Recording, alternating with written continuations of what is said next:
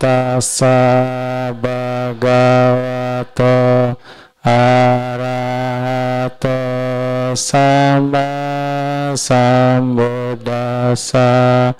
Namo tassa bhagavato arahato sama sambuddhassa. Namo tassa bhagavato arahato sama sambuddhassa. Ya, kembia. Ya, tadi ya setelah makan siang Bante, kita bahas tentang keberuntungan. Keberuntungan karena kita bisa berbuat baik. Ya, salah satu faktor terpenting dalam kehidupan adalah karma. Ya. Nah, dalam hidup ada orang yang menjalani hidup dengan cara yang beragam. Ada yang mengalami kelancaran dan kemakmuran sepanjang hidupnya. Namun ada pula yang menghadapi kesulitan dan berbagai bentuk penderitaan. Ya. Penyebabnya adalah hasil dari perbuatan baik dan buruk atau karma baik dan karma buruk yang mereka lakukan di masa lalu. Seorang yang lancar, makmur sepanjang hidupnya, artinya di 3 masa, masa muda, masa pertengahan, masa akhir hidupnya, semuanya lancar, makmur, hidupnya bahagia. Itu karena mereka sering melakukan yang namanya kaladana. Ya, berdana di waktu yang tepat, berdana di saat yang membutuhkan. Itu kaladana. Ya, itu kekuatan dari kaladana. Ya, ketika ada orang yang butuh, dia memberi, dia membantu. Ya, di waktu-waktu orang yang lagi sakit, dia juga bantu. Dan juga di waktu-waktu tertentu, misalnya di momen-momen tertentu, misalnya acara Katina, itu salah satu juga kaladana.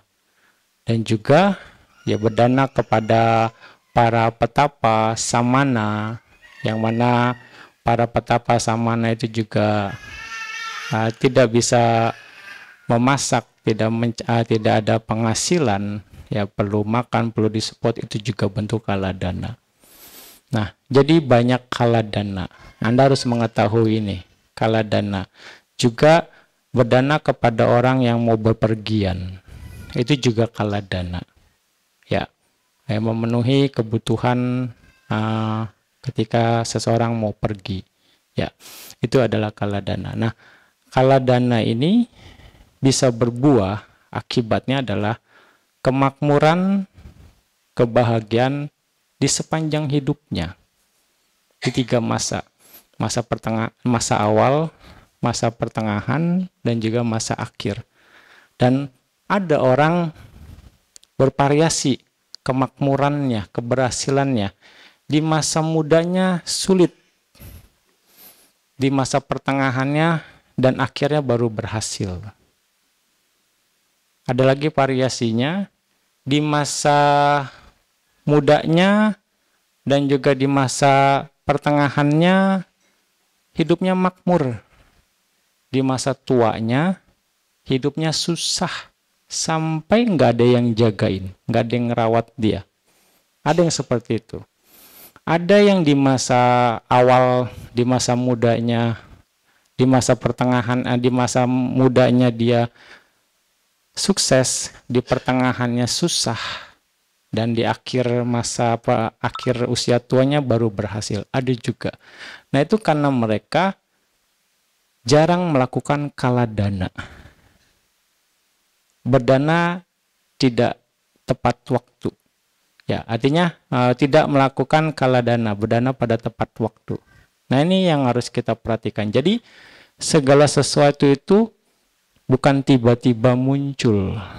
Pasti ada sebabnya. Sesuatu tidak mungkin tanpa sebab. Anda harus ingat ini. Jadi kadang, kenapa kok saya susah gitu ya? Kok dulu berhasil, kok sekarang jadi susah? Karena ada satu kondisi yang belum terpenuhi. Ini yang menjadi catatan kita. Ya, jadi berkaca dari apa yang kita alami, kita perbaiki di sana. Ya, terus mengkondisikan kondisi yang baik. Nah, seorang yang istilahnya sering melakukan kaladana sekali lagi, maka dia akan bisa makmur sepanjang kehidupannya. Dari muda, dari usia pertengahan, dan juga usia tuanya akan terus mengalami kemakmuran, akan terus merasakan kebahagiaan. Itu akibat dari kaladana. Berdana di tepat waktu, di waktu yang sesuai, kondisi yang tepat. Oke. Ya, ini bisa jadi catatan Anda semua ya. Kira-kira. Nah, Buddha menjelaskan, Dhamma menjelaskan kondisi-kondisi ini. Nah.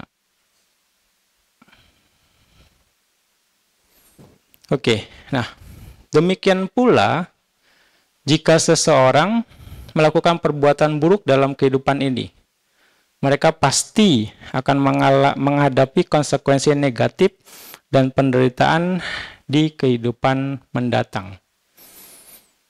Itu pasti.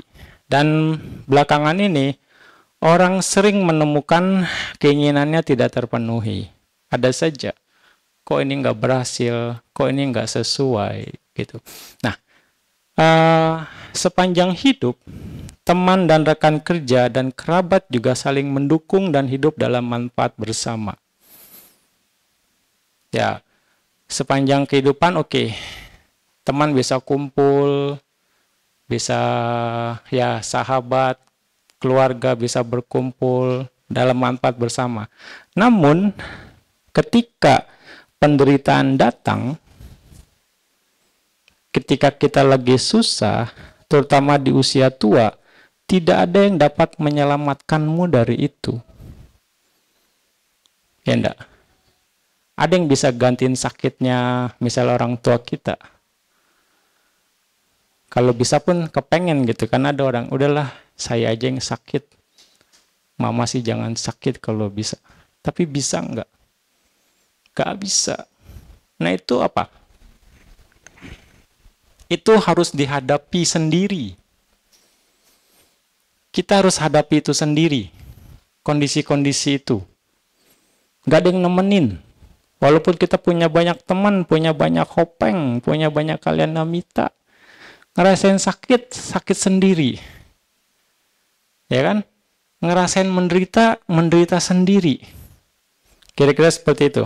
Nah, saat dihadapkan dengan kenyataan penuaan, tidak ada yang dapat menyelamatkanmu.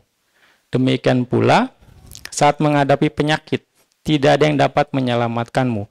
Ini adalah pengalaman yang harus dilalui masing-masing individu seorang diri. Kita harus mempersiapkan mental ini. Mau nggak mau. Inilah kenyataan hidup. Anda terima atau tidak terima, Anda sadari atau tidak sadari, inilah nature-nya. Ya.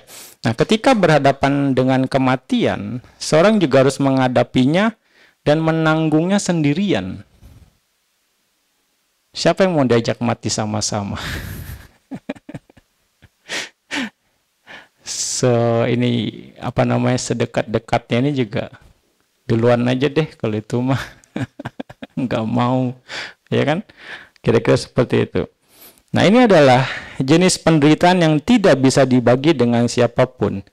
Jadi penting untuk memikirkan siapa yang menjadi pendamping sejati dalam masa-masa tersebut. Kita harus pikir nih, siapa yang bisa temenin kita nih dalam menghadapi kondisi-kondisi tersebut. Ya kan? Itu yang harus kita cari tahu.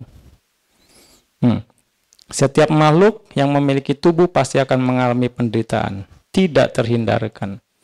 Dan ketika saat itu tiba, teman-teman mungkin tidak akan bisa memberikan banyak dukungan. Tidak sepenuhnya. Mereka hanya kasih support mungkin.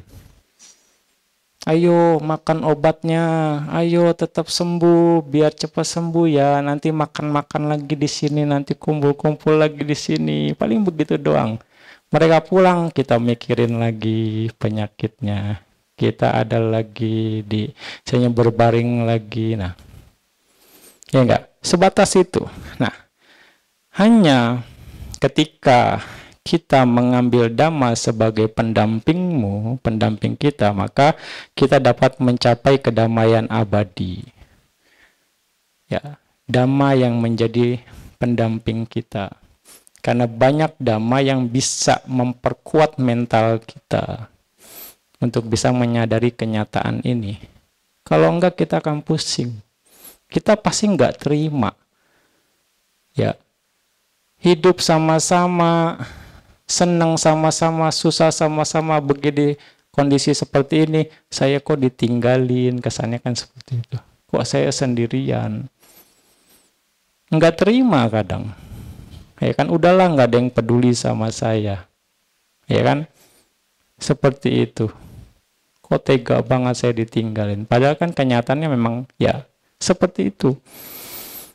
Nah, jadi kita harus menjadikan Dhamma sebagai pendamping kita. Jangan sampai terlambat. Kalau terlambat, kita repot. Karena jika kita menunggu sampai saat-saat terakhir dalam hidup kita untuk menerima Dhamma, itu tidak akan bisa meresap ke dalam hati dan pikiran kita. Terlambat. Ya, oleh karena itu, meskipun Dhamma bermanfaat bagi semua orang, Dhamma bukanlah sesuatu yang mudah diterima. Ya, karena Dhamma tidak mudah masuk ke dalam hati, ke dalam pikiran, ke dalam batin. Seseorang harus meluangkan waktu dan berusaha untuk mengembangkannya sebelumnya. Harus mempersiapkan diri dengan baik sampai betul-betul bisa meresapi makna Dhamma itu. Seperti contoh anicca lah, berubah, perubahan. Ya, berubah, betul, terima. Tapi ketika kondisi kita berubah, terima enggak? Dari kondisi menyenangkan, terus tiba-tiba menghadapi kondisi tidak menyenangkan, mental kita bisa terima enggak? Nah, kan enggak mudah. Walaupun kita udah belajar Dhamma, udah praktek Dhamma, lagi meditasinya bagus, tiba-tiba drop, kan anicca. Ngerti kan? Bisa terima nggak tuh? Aduh, kemana nih? Nyari. Wah, berusaha lagi. Nggak bisa nerima perubahan itu sendiri. Jadi berambisi untuk mendapatkannya lagi misalnya. Ya kan? Nah, di situ. Memang perlu waktu untuk betul-betul memaknai Dhamma itu sendiri dengan baik.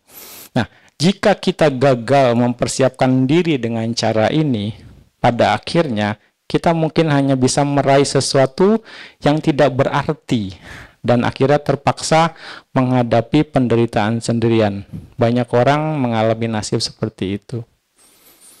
Ya, terlambat untuk mengenal Dhamma, terlambat untuk belajar Dhamma sehingga tidak punya waktu untuk betul-betul meresapi makna Dhamma itu sendiri. Artinya tidak banyak waktu untuk membuktikan rasanya Dhamma. Sehingga Dhammanya itu bisa diimplementasikan dalam kehidupan sehari-hari. Ya, orang mungkin pandai berteori, tapi tidak pandai dalam berpraktek. Orang mungkin pandai berteori dan berpraktek, tapi tidak pandai dalam mengolah kebijaksanaannya. Nah ini, variatif sekali. Ya kan? Kira-kira seperti itu. Nah, kita harus bisa ke sana. Kita harus mulai dari sekarang meluangkan waktu untuk bisa belajar Dhamma dan mengolah Dhamma sehingga kita bisa meresapi Dhamma itu ke dalam pikiran kita. Sehingga kita bisa mendapatkan manfaat selagi kita punya banyak keberuntungan, punya banyak kesempatan saat ini. Nah, untuk menghindari hal ini, makanya para biku menyarankan agar seseorang mempersiapkan diri sebelumnya dan memilih apa yang benar-benar akan menjadi pendamping ketika saatnya tiba. Yang jadi pendamping Anda bukan harta Anda, bukan deposito Anda, bukan rumah Anda, bukan anak istri Anda. Ya enggak? Anda kumpulin sebanyak-banyaknya, Anda tinggal. Kalau Anda melekat sama harta istri anak Anda bisa jadi peta. Melekat sama harta. Contoh di cerita Buddha, melekat sama hartanya, dia jadi anjing. Ya kan, Todea. Itu cerita yang umum. Jadi Dhammapada kata. Melekat sama hartanya nggak mau dikasih ke anaknya. Hartanya dikubur. Diumpetin sama dia. Akhirnya dia melekat, dia jadi anjing. Nah, anjingnya ngorek-ngorek. Anjingnya bukan ngorek-ngorek, tapi jagain tidur di atas timbunan harta yang dia kubur itu. Tapi anaknya tahu triknya gitu. Nah, dikasih makan enak, pokoknya dimanjain lah. Langsung di mana atau dia kamu simpan hartanya, langsung dikasih tahu. Langsung digali, wah ada hartanya di sana. Nah, ada triknya akhirnya, kalah juga. Nah itu. Jadi sekali lagi, bukan harta benda, bukan istilahnya sanak keluarga yang mengikuti kita, yang menjadi pendamping saja, tapi adalah kebajikan.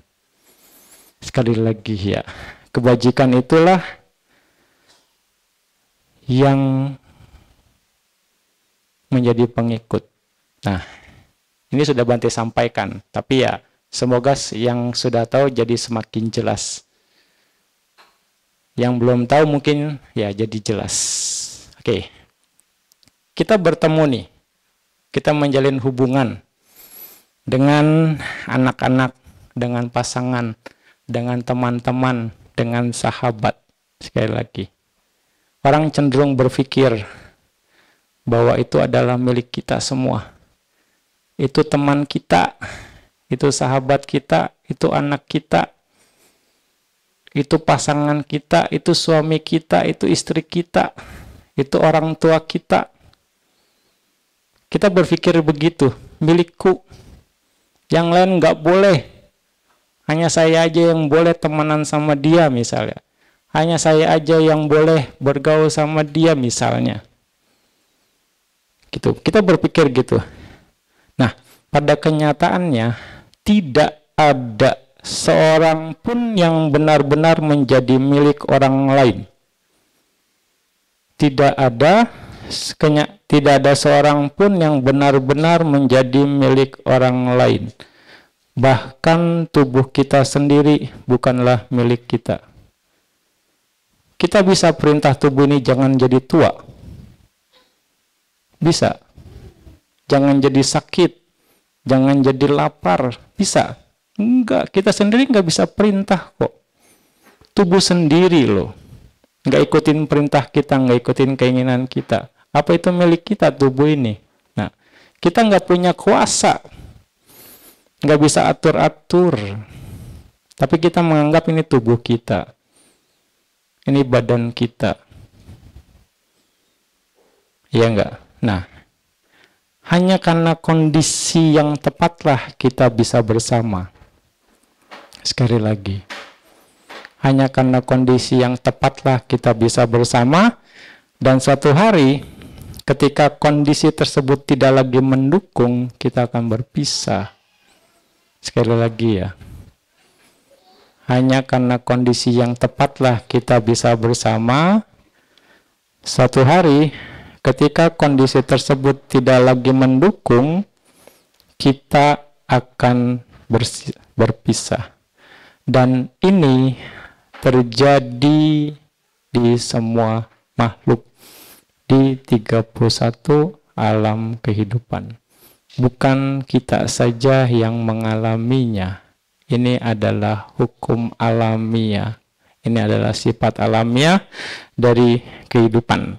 Ya, jadi inilah siklus alami bagi semua makhluk hidup. Namun, walaupun kita udah menyadari ini nih, kondisi ini, tiba-tiba kita berpisah dari keluarga, waktu itu lagi happy-happynya, lagi hidup harmonis. Nah, hal ini menjadi cukup sulit untuk dihadapi. Kita udah tahu berteorinya, kita ngerti secara teori, tapi tiba-tiba dihadapkan oleh kondisi ini, kita juga akan sangat sulit menghadapinya. Karena kita belum bisa menerima kenyataan ini. Walaupun kenyataan itu ada ya. Nah, kita harus siapin nih mental ini. Ini yang harus kita bangun. Oleh karena itu, kita harus melepaskan pandangan salah yang selama ini kita pegang bahwa anak, pasangan, teman-teman, sahabat kita itu benar-benar milik kita. Ya, bahkan jika kita tidak meninggalkan mereka, pada akhirnya mereka yang akan meninggalkan kita. Kalau enggak, kita yang rugi, kita yang akan menderita. Kita harus memahami dan menerima hukum alam ini.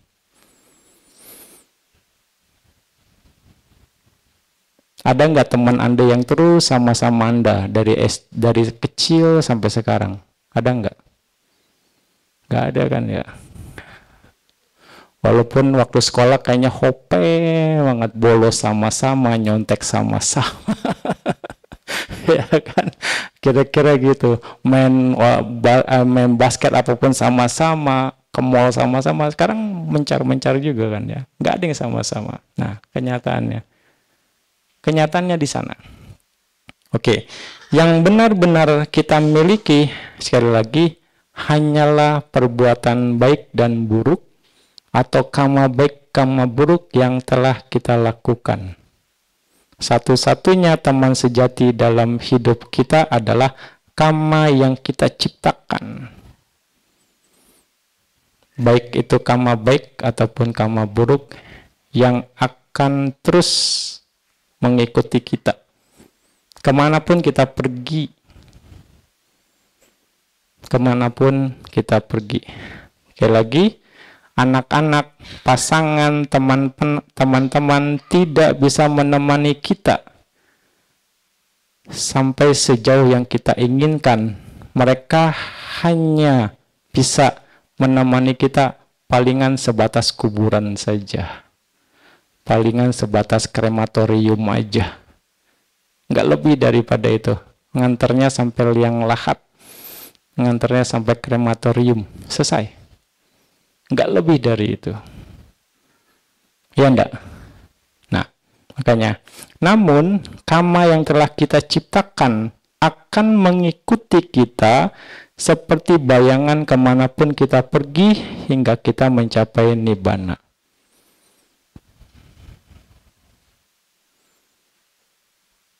Bisa diterima ya?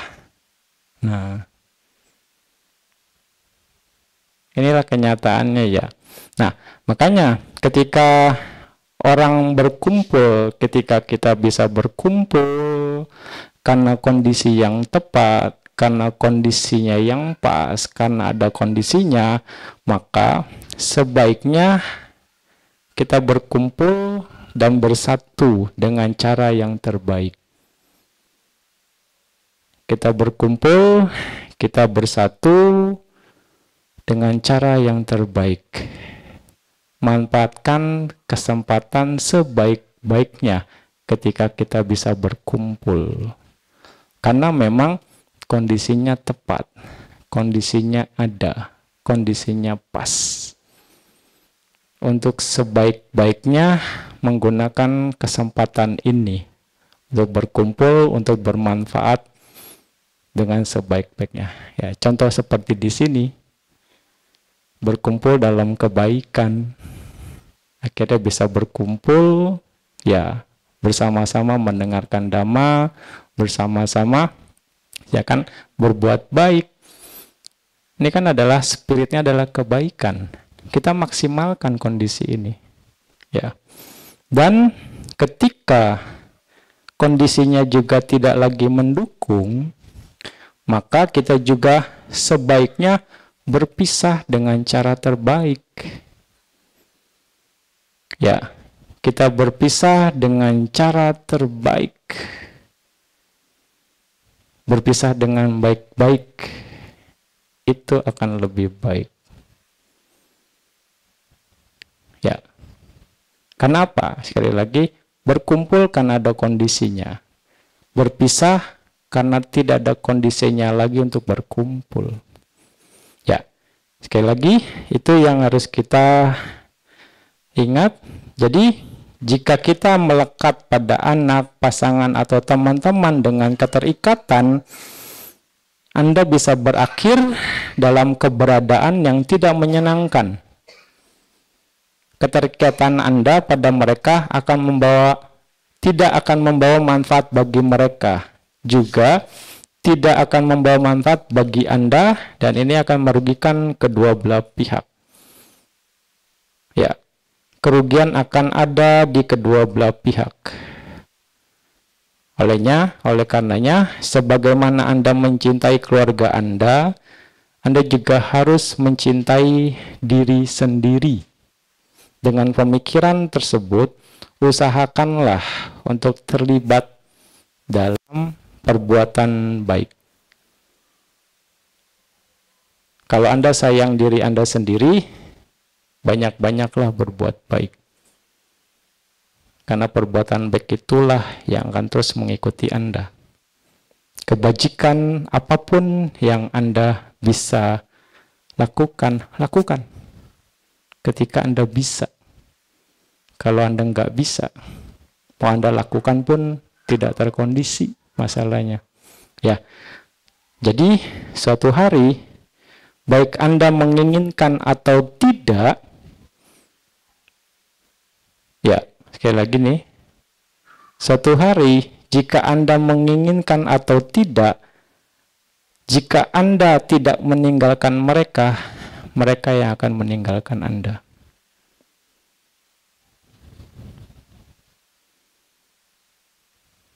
Ya, persiapkan ini dengan baik. Nah, oke. Makanya, lakukanlah perbuatan baik yang bisa Anda lakukan. Nah, ketika melakukan perbuatan baik, biarkan pikiran Anda jernih. Sekali lagi, biarkan pikiran Anda jernih, pikiran Anda penuh dengan ketulusan, penuh dengan keyakinan terhadap kebaikan itu sendiri. Lalu, biarkan kemurahan hati Anda berkembang. Biarkan kemurahan hati Anda berkembang. Juga, biarkan kebijaksanaan Anda meningkat. Karena Anda mengerti perbuatan baik yang Anda lakukan. Anda mengerti tujuan dari perbuatan baik yang Anda lakukan.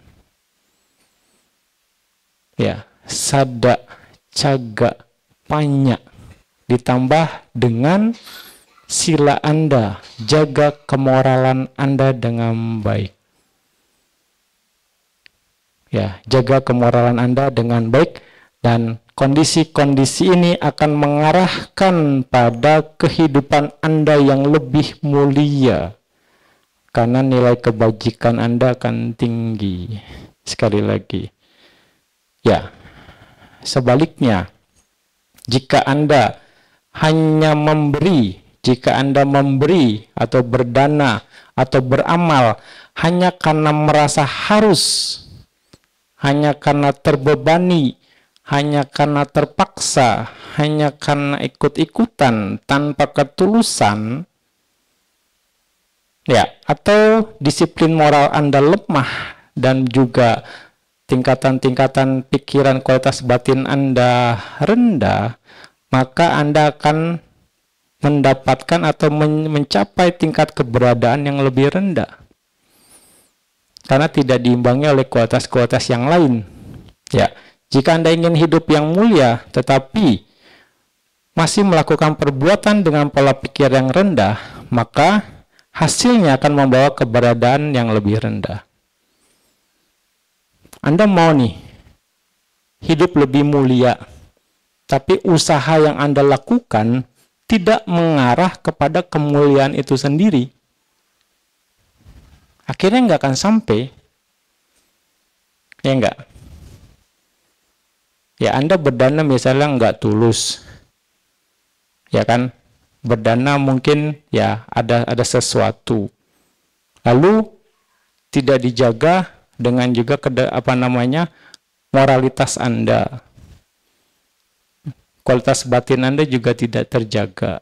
Bagaimana itu bisa menghasilkan kehidupan yang lebih baik, hasil yang lebih baik, kira-kira seperti itu. Nah, ini yang harus kita improve. Kalau kita ingin hidup yang lebih mulia, banyak hal yang harus kita persiapkan. Makanya ketika kita masih bisa nih, sekali lagi, ya praktek Dhamma. Sekali lagi, Dhamma ini memang nggak mudah. Dhamma harus terus diresapi dengan baik. Untuk bisa menerima Dhamma, perlu waktu. Sekali lagi. Iya enggak? Itu. Makanya maju mundurnya Dhamma sebenarnya bergantung dari kita. Umatnya. Kualitas batin dari umatnya setelah praktek Dhamma kita akan lihat. Sekali lagi. Ya. Jadi sekali lagi,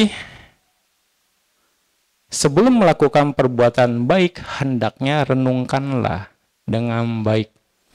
Renungkanlah dengan baik, karena setelah karma selesai dilakukan, hasilnya akan mulai bergerak.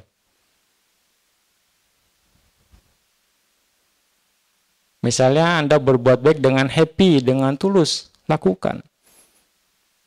Tapi misalnya juga Anda melakukan perbuatan baik dengan tidak happy, dengan tidak tulus, maka itu akan menghasilkan kualitas karma baik yang didasari oleh ketidaktulusan dan ketidakhappyan.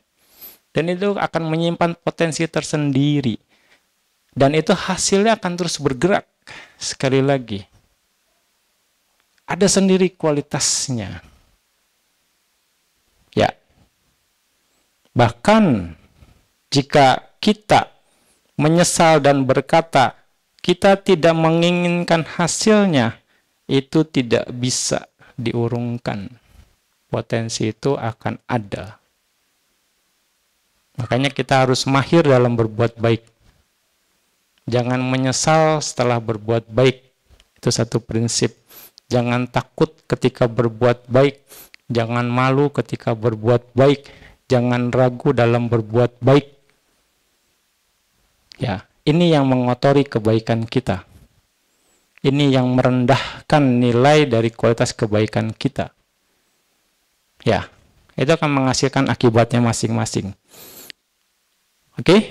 Ya, makanya ketika berbuat baik, lakukanlah dengan ketulusan dan sepenuh hati. Banyak kebaikan yang dilakukan tanpa perlu materi. Ada kebaikan yang juga diperlukan materi, seperti berdana. Tapi banyak juga kebaikan yang tidak perlu materi. Memberi nasihat, yang membantu orang, melakukan pelimpahan jasa, ya kan? Anda bisa misalnya meluruskan pandangan orang, itu nggak perlu materi. Ya kan? Misalnya lagi, Anda menjaga moralitas Anda, itu nggak perlu materi. Lalu, Anda menghormati orang-orang yang tua di keluarga Anda. Itu nggak perlu materi. Respek kepada yang lebih tua. Itu adalah kebaikan. Ya kan? Nah, hasilnya berbahagia dengan kebaikan orang lain. Itu nggak perlu materi. Jadi banyak kebaikan yang tidak hanya diukur dengan materi. Sekali lagi, mengucapkan kata-kata baik, mengajarkan pengetahuan yang bermanfaat, menyampaikan ajaran yang benar, itu termasuk juga kebaikan Dhamma Desana. Anda membantu penyebaran Dhamma, itu juga kebaikan. Ya, kira-kira seperti itu. Percaya pada hukum karma dan mengajarkan terhadap hukum karma kepada yang lain, meluruskan pandangan salah kepada yang lain, itu juga adalah perbuatan baik. Sekali lagi, banyak cara mengumpulkan kebajikan. Ada yang pakai materi dan juga ada yang tidak memerlukan materi. Jadi, kebaikan tidak hanya diukur dari sisi materi. Non-materi juga banyak. Sekali lagi, makanya ketika melakukan perbuatan baik, jangan terburu-buru atau setengah hati.